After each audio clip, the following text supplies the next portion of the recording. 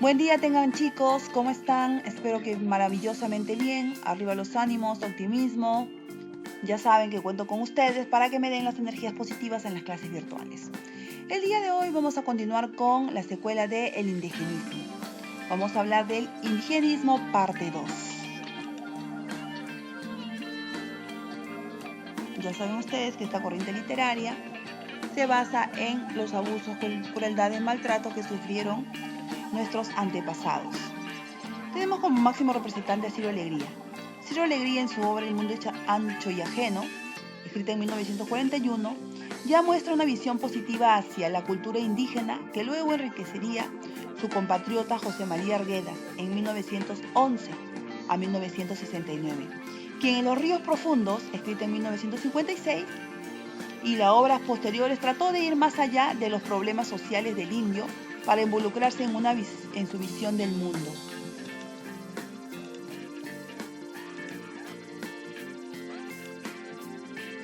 José María Arguedas nació en Andahuaylas en enero de 1911.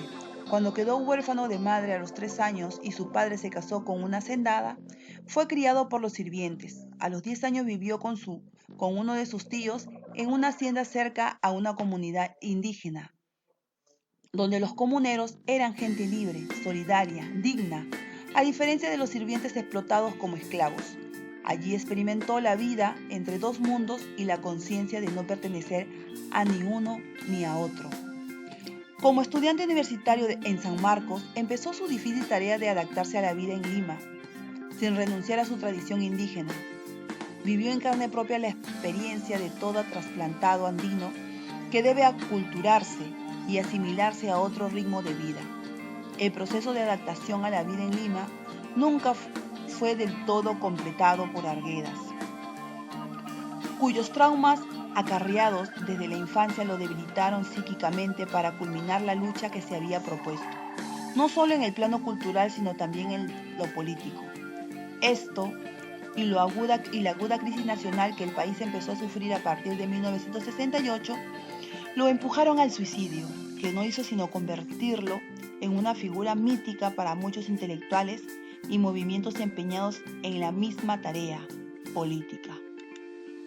Características de su obra. Mientras Ciro Alegría nos presenta al indio de la Sierra Norte y de la selva peruana, Arguedas nos presenta al indígena del sur del Perú, que habla quechua. Su convivencia con la servidumbre indígena de su hogar otorga un profundo conocimiento de la cultura indígena del Perú. Incluso aprendió a hablar el quechua antes que el castellano. En sus relatos se expresa el propio indio y no alguien ajeno a él. Creó un lenguaje literario propio, mezcla de castellano y quechua muchas veces construidos con la sintaxis propia del quechua. Su lenguaje tierno, lírico y sensible recupera lo misterioso y lo mágico que el hombre andino ve en las cosas que lo rodean y que nosotros, los occidentales, no alcanzamos a ver. Su propuesta era indianizar la cultura castellana para sentar la base de una cultura nuestra, peruana, que refleja a todas las sangres que habitan nuestro país y que nos integra en una sociedad justa. Sus obras, Los ríos profundos, novela autobiográfica publicada en 1956 que muestra con profundo lirismo un país dividido entre dos culturas, la andina de origen indio y la urbana de origen europeo, a través del viaje del niño Ernesto que se inicia con la llegada al Cusco, al centro del mundo, y culmina cuando es internado en un colegio de Abancay. Arguedas nos muestra el carácter mágico y la visión mítica del mundo indígena, mostrando las distintas realidades de este mundo en su proceso de mestizaje. Su otra obra es Agua, colección de cuentos, destaca el relato Guarnacuyay, Todas las sangres. El Barranco, vamos a leer El Barranco, cuento, texto completo de José María Arguedas. En el barranco de Queyoqueyo se encontraba la tropa de caballos de Don Garay y los becerros de la señora Grimalda. Nicacha y Plucha gritaron desde la entrada del barranco. Sujetachis, sujetaichis, sujetad, pero la piara atropelló. En el camino que cruza el barranco se revolvieron los becerros llorando. Sujetaichis, Los maitillos, Nicacha y Plavucha, subieron camino arriba arañando la tierra. Las mulas se animaron en el camino, sacudieron sus cabezas, resoplando las narices, entraron a carrera en la quebrada. Las madrineras atropellaron por delante, atorándose con el polvo. Los becerritos se arrimaron al cerro. Algunos pudieron volverse y corrieron entre la piara. La mula nazqueña de don Garayar levantó sus dos patas y clavó sus cascos en la frente del pringo. El pringo cayó al barranco, rebotó varias veces entre los peñascos y llegó hasta el fondo del abismo. Boqueando sangre, murió a la orilla del riachuelo. Y la piara siguió, quebrada, adentro, levantando polvo. Antes, no más ha muerto, hubiera gritado pues más fuerte. Hablando el mulero de don Garayar, se agachó en el canto del camino para mirar el barranco. Ay, señorcito, la señora nos atillara, seguro nos colgará en el trojo. Pringuchayaya, pringucha. Mirando el barranco, los maitillos llamaron a gritos al becerrito muerto. La N, madre del pringo, era la vaca más lechera de la señora Grimalda. Un balde lleno le ordeñaban todos los días. La llamaba N porque sobre el lomo negro tenía dibujada una N en la piel blanca. La N era alta y robusta. Ya había dado a la patrona varios novillos grandes y varias lecheras. La patrona la miraba todos los días contenta. Es mi vaca, mi mamacha, mi madrecita. Le hacían cariño palmeándole en el cuello. Esta vez su cría era el pringo. La vaquera lo bautizó con ese nombre desde el primer día, el pringo, porque era blanco entero. El mayordomo quería llamarlo Misti porque era el más fino y el más grande de todas las crías de su edad. Parece extranjero, decía, pero todos los concertados de la señora, los becerros y la gente del pueblo lo llamaron pringo. Es un nombre más cariñoso, más de indios, y por eso quedó. Los becerros entraron llorando a casa de la señora. Doña Grimalda salió al corredor para saber. Entonces los becerros subieron las gradas, atropellándose. Se arrodillaron en el suelo del corredor y sin decir nada todavía besaron el traje de la patrona.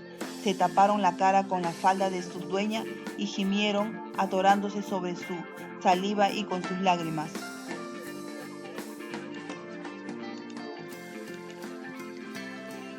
Mamitay, no pues mamitay.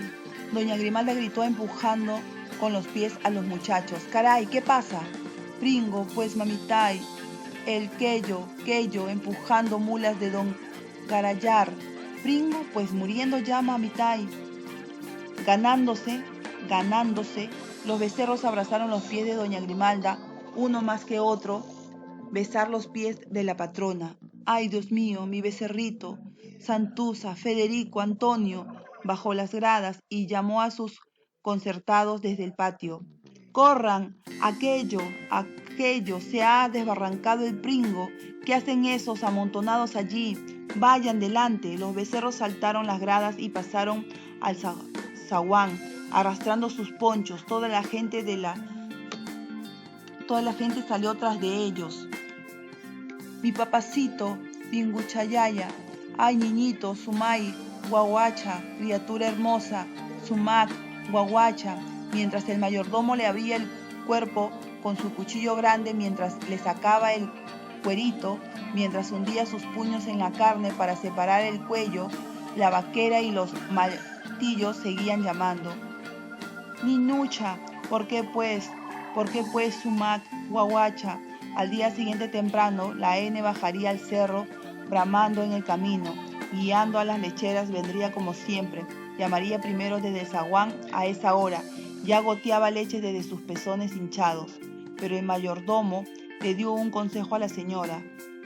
Así he hecho y yo también, mamita, en mi chacra de las Punas, le dijo, y la señora aceptó. Rayando la aura, don Fermín clavó 2 estacas en el patio de ordeñar, y sobre las estacas un palo de alambras. Después trajo al patio el cuero del pringo, lo tendió sobre el patio tirándolo y ajustando las puntas con clavos sobre la tierra. A la salida del sol las vacas lecheras estaban ya en el callejón llamando a sus crías. La N se paraba frente al zaguán y desde allí bromaban sin descanso hasta que le abrían la puerta. Gritando todavía pasaba el patio y entraba al corral de ordeñar. Esa mañana la N llegó apurada, rozando su hocico en el zaguán. Llamó a su pringo. El mismo don Fermín le abrió la puerta. La vaca pasó corriendo el patio. La señora se había levantado ya y estaba sentada en las gradas del corredor. La N entró al corral, estirando el cuello, bramando despacito. Se acercó donde su pringo, empezó a lamerle, como todas las mañanas. Grande le lamía. Su lengua áspera señalaba el cuero del becerrito. La vaquera le maniató bien, ordeñándole un poquito humedeció los pezones. Para empezar, la leche hacía ruido sobre el balde. Mamaya y hasta mamaya, llamando a gritos paz, del corral al patio, el pablucha. La señora entró al corral y vio a su vaca. Estaba lamiendo el cuerito del pringo, mirándolo tranquila con sus ojos dulces. Así fue todas las mañanas hasta que la vaquera y el mayordomo se cansaron de clavar y desclavar el cuero del pringo. Cuando la leche de la N empezó a secarse, tiraban nomás el cuerito sobre un montón de piedras que había en el corral, al pie del muro. La vaca corría hasta el extremo del corral buscando a su hijo. Se paraba junto al cerco, mirando el cuero del becerrito. Todas las mañanas lavaba con su lengua el cuero del pringo y la vaquera lo ordeñaba hasta la última gota. Como todas las vacas, la N también acabado el ordeño empezaba a rumiar. Después se echaba en el suelo junto al cuerito seco del pringo y seguía con los ojos medio cerrados mientras el sol alto despejaba las nubes, alumbraba fuerte y caldeaba la gran quebrada. Bueno, qué bonita obra, qué bonito texto, como los animales también de una u otra forma tienen sentimientos. A pesar de la desgracia que le pasó a su becerrito, tuvieron que insinuar como que si estuviera vivo. Qué lindo, pero más lindo sería compartirlo en clases con ustedes para que me den sus opiniones. Bueno chicos, les dejo para que resuelvan sus actividades, me las envíen en el tiempo establecido y conmigo será hasta una próxima oportunidad. Gracias.